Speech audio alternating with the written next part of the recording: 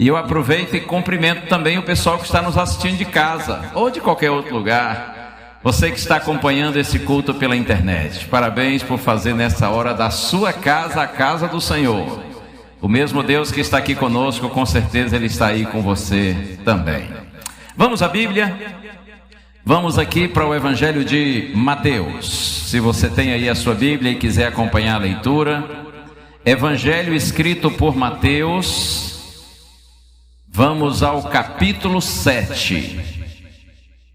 Em Mateus, capítulos 5, 6 e 7, está o mais famoso dos sermões de Cristo, o chamado Sermão do Monte ou da Montanha. Só desse sermão de Cristo a gente pode fazer dezenas, talvez até algumas centenas de sermões. De tão profundo, de tão lindo que é o Sermão da Montanha. Mas eu quero ler agora com vocês um comentário que Mateus faz a respeito da reação das pessoas que ouviram o Sermão do Monte. Olha só o que Mateus diz. Isso aqui é um comentário dele, analisando a reação do povo. Mateus capítulo 7, versos 28 e 29, está escrito assim: Quando Jesus acabou de proferir estas palavras, as multidões estavam maravilhadas com a sua doutrina, porque ele as ensinava como quem tem autoridade e não como os escribas. Mateus diz: olha gente, quando Jesus acabou de pregar esse sermão, o povo estava maravilhado. Todo mundo ficou assim encantado, como a gente diz, de boca aberta, porque o sermão foi muito lindo, muito profundo. Mas eu acho interessante quando Mateus diz assim: porque Jesus as ensinava como quem tem autoridade e não como os escribas. Os escribas eram os pastores de Israel naquele tempo. Eram considerados os intérpretes e expositores das escrituras sagradas. Mas que triste. Mateus diz que Jesus pregava com autoridade e não como os escribas, que pregavam, mas não tinham autoridade quando pregavam. Por quê? Razão maior: muitas vezes eles não viviam o que pregavam. As pessoas que conheciam os escribas sabiam que não havia coerência entre o ensino e a prática, entre a mensagem anunciada e a vida deles. E se tem uma coisa que tira a autoridade de qualquer pregador, de qualquer pregadora, é quando os seus ouvintes percebem que ele não vive o que prega, que ele não crê para valer no que prega, tanto é que não pratica. Eu sei que estou falando aqui para alguns que são pregadores, que são pregadoras. Talvez você que está acompanhando pela internet também gosta de pregar. Parabéns, continue pregando. Mas olha, para ter autoridade da pregação, não basta ser fluente ao falar. Não basta dominar o tema, é preciso vivê-lo. Jesus pregava com autoridade, porque as pessoas notavam que Jesus vivia o que pregava e pregava o que vivia. As pessoas notavam que as palavras de Cristo eram a verbalização verdadeira dos seus motivos, dos seus propósitos. As palavras de Cristo representavam sua própria vida. Por isso Jesus pregava com autoridade. E as pessoas estavam perplexas, encantadas diante dele. Não só porque as palavras eram bonitas, o raciocínio era profundo, mas porque as pessoas viam bondade em Cristo, viam pureza nele, notavam sinceridade de propósito. Oh, que lindo isso, não é? Isso me encanta. E é claro que Jesus, quando estava chegando ao final do sermão, ele percebeu que o povo estava encantado com sua pregação. Não é difícil para nenhum pregador perceber se o povo está interessado ou não, não é? Quem prega aqui sabe do que eu estou falando. Dá uma tristeza. Quando você está falando e percebe que o povo está para lá de Bagdá, o povo não está nem aí para você. Eles estão, como a gente diz, presentes só em corpo, mas não em espírito, conversando, olhando o celular, uns dormindo. Eu até me lembro uma vez um professor de teologia confortando os alunos que se tornariam pastores, né? Ele disse assim: ó, gente, se um dia algum de vocês estiver pregando e alguém dormir, não se desespere. Pode não ter nada a ver com você e nem com seu sermão. Tem gente que tem um problema crônico assim de sono. Do mesmo jeito que tem insônia, tem gente que tem sono em excesso. Ele disse assim: ó, quem sabe a pessoa trabalhou, está tão exausta, mesmo assim na sua pureza e sinceridade vai à igreja, mas quando chega lá desmonta, está muito cansada. Ou então ele disse assim, eu me lembro bem, ele disse assim: quem sabe a pessoa está tomando uma medicação e que dá sono. Então, se você pregar e alguém, um dormir aqui, outro ali, não entre em pânico.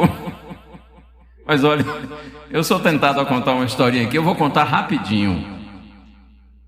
Eu acho que 2 ou 3 vezes eu contei isso em público, porque é daquele tipo de história que é difícil de acreditar.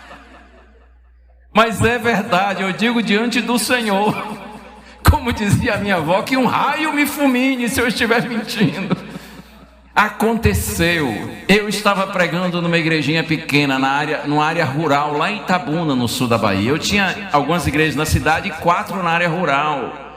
No domingo à noite, eu fui pregar nessa igrejinha, umas 25 pessoas talvez. A igreja tinha uns 50 membros, nesse domingo à noite tinha umas 25 pessoas. Era normal começar a pregar e um dormia aqui, outro dormia ali, normal. Tinha um irmãozinho idoso que logo no começo do sermão ele jogava a cabeça para trás assim e roncava literalmente. Eu pregava com fundo musical. Era sério. Os menino assim da roça, acostumado a dormir cedo, eles logo se jogavam assim do lado da mãe, outro no colo, uns deitavam no banco, normal. Mas eu pregava para os sobreviventes. Um dia eu estava pregando e percebi que todo mundo estava dormindo. Esse é o absurdo da história. Todo mundo. Aí tinha uma irmã Lourdes, que era a diretora ali da igreja, uma líder forte, sentadinha no primeiro banco. Eu olhei para a irmã Lourdes, só a irmã Lourdes estava olhando para mim. E eu tomei aquele susto quando notei e olhei para a irmã Lourdes e disse assim: irmã Lourdes, dá uma olhadinha para trás, todo mundo está dormindo. Mas ela continuou me olhando. Eu disse: olha para a senhora ver. E sabe qual foi a reação da irmã Lourdes? Ela continuou me olhando assim. Eu falei: Senhor, não acredito. Irmã Lourdes estava dormindo de olhos abertos, é sério. É por isso que é difícil contar essa história.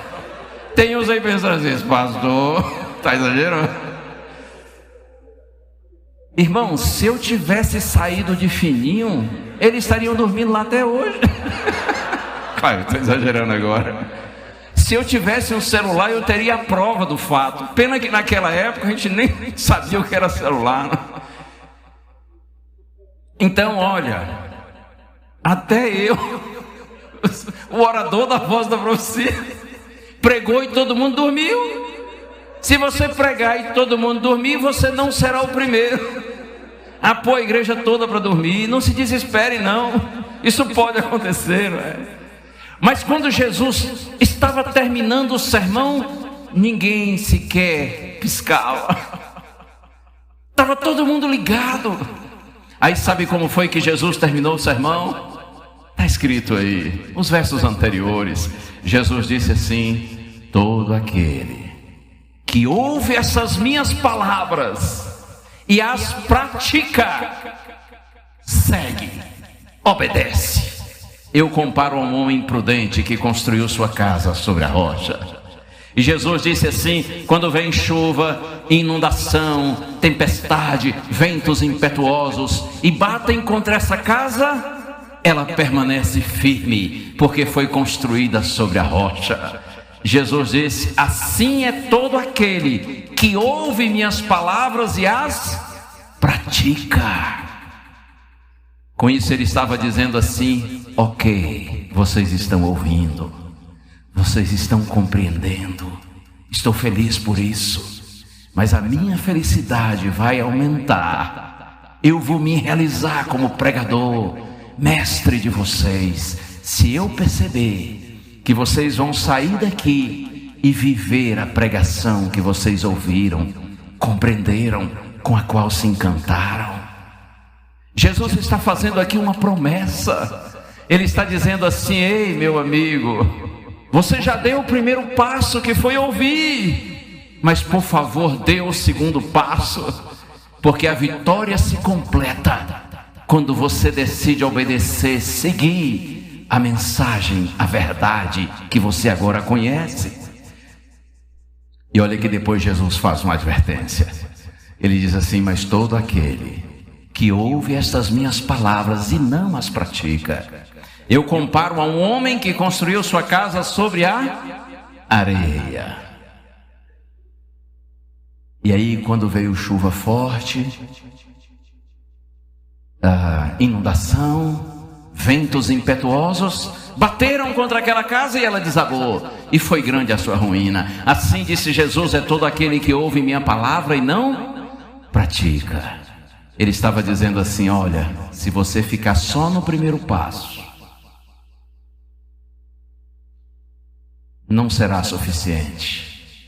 Quando você sair daqui, do ambiente em que você está sendo abençoado com a palavra, se você ficar só ouvinte e não praticante, na hora da prova você vai fracassar. Você não terá poder para viver a mensagem que você conhece e que até aprecia.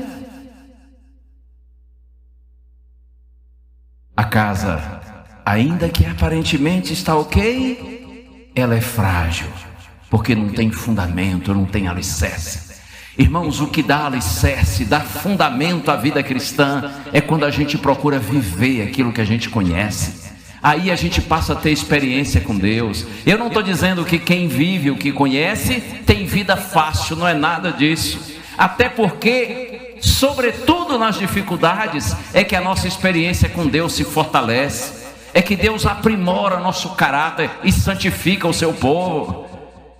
Ei, disse Jesus, dê o segundo passo. Viva a mensagem que você está ouvindo e aprendendo, compreendendo.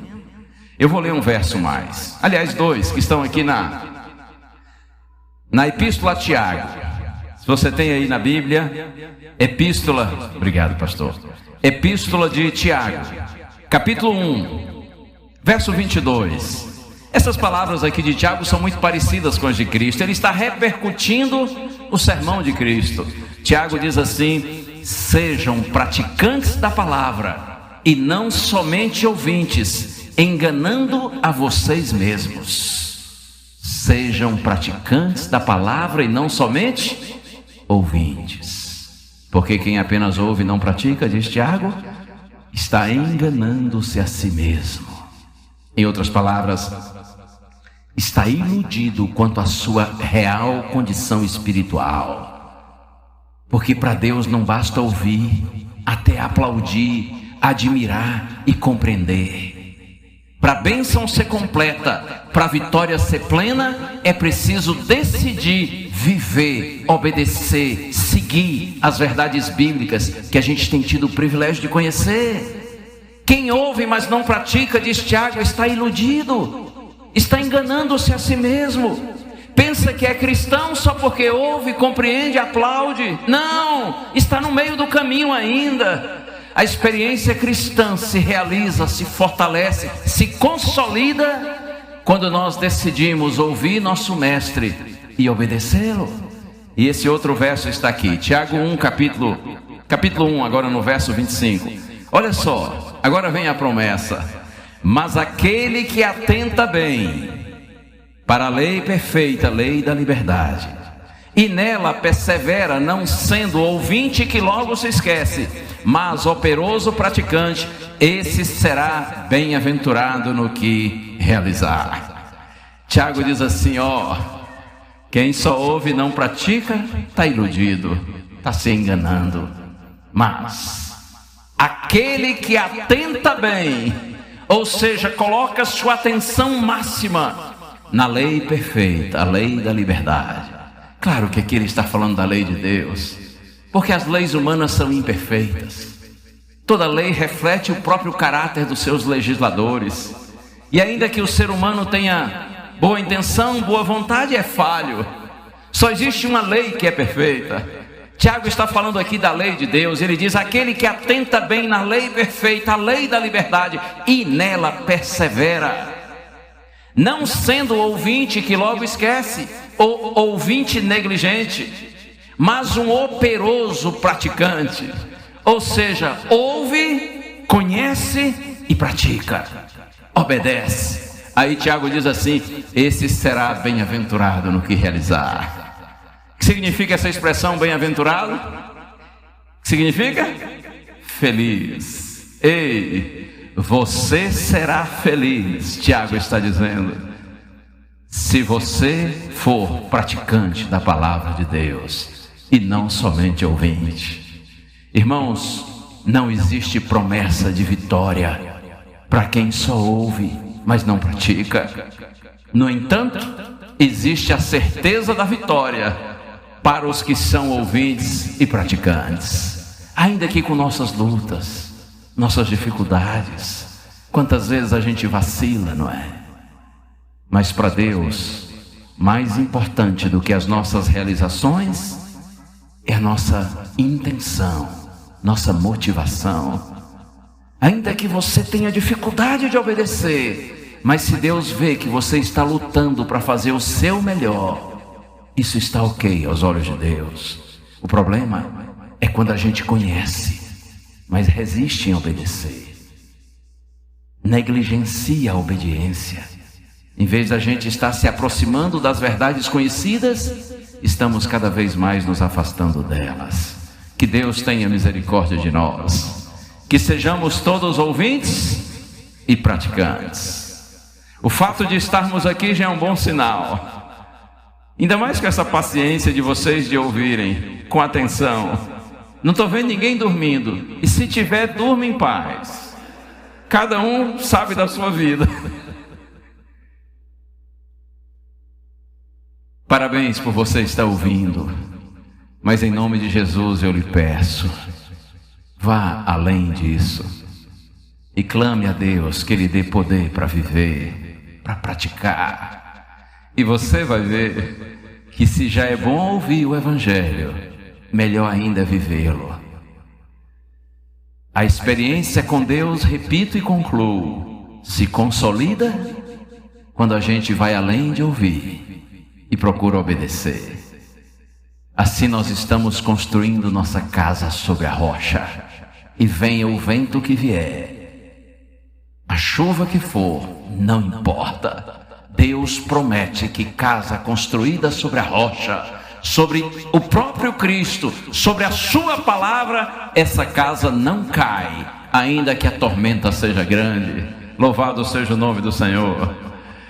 Eu pergunto à igreja aqui reunida, os irmãos querem renovar nessa hora o propósito de serem não apenas ouvintes, mas também praticantes da palavra de Deus? Se esse é seu desejo, levante-se, por favor, para nós orarmos juntos ao Senhor.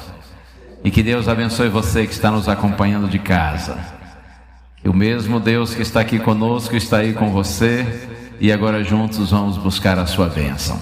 Pai querido, estamos aqui, Senhor, na Tua presença, finalizando esse encontro abençoado, feliz, com nosso coração repleto de gratidão pela certeza da Tua presença aqui conosco, Senhor.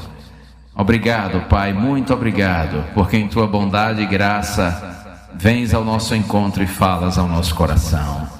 Eu peço a bênção do Senhor sobre a igreja aqui reunida, Senhor, para que todos que estamos aqui vivamos, sim, não apenas como ouvintes, mas praticantes de Tua palavra, a fim de que sejamos bem-aventurados, sejamos felizes, tenhamos uma real experiência com o Senhor e uma experiência de vitória.